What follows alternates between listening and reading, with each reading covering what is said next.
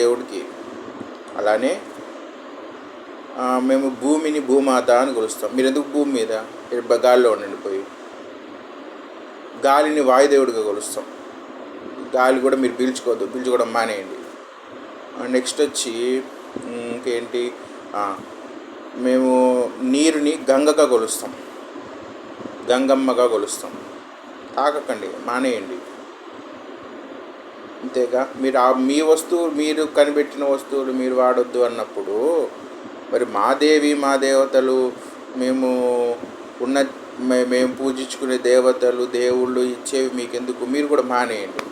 లేదా మీ దేవుడికి చెప్పి, అయ్యా నువ్వు చాలా శక్తివంతుడు, సర్వశక్తివంతుడివి, నువ్వు పోటుగాడివి కదా, ఆపేసేయి అని చెప్పండి.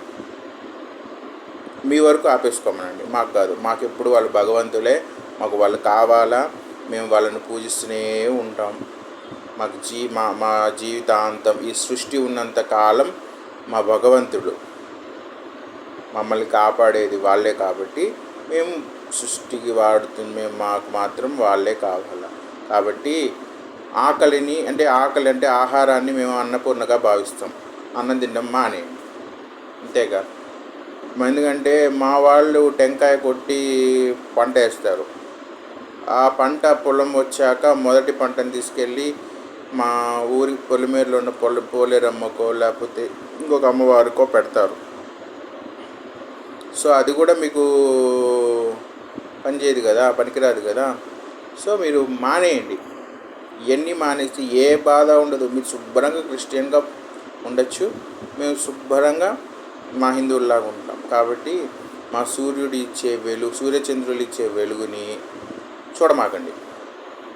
నెక్స్ట్ మా వరుణ దేవుడిచ్చే వానని స్వీకరించమాకండి. మా గాలి దేవుడిచ్చే గాలిని పీల్చుకోమాకండి. మా భూదేవి మిమ్మల్ని ఎందుకు మోయాలో భారం, కాబట్టి మీరు ఉండమాకండి. భూదేవి మీద ఉండమాకండి. నెక్స్ట్ మీకు దాహం తీర్చడానికి మా గంగమ్మ కావాలా, తాగమాకండి. నెక్స్ట్ మీకు ఇంకేంటి, ఆకలి తీర్చడానికి మా అన్నపూర్ణమ్మ కావాలా. సో తినడం మానేయండి.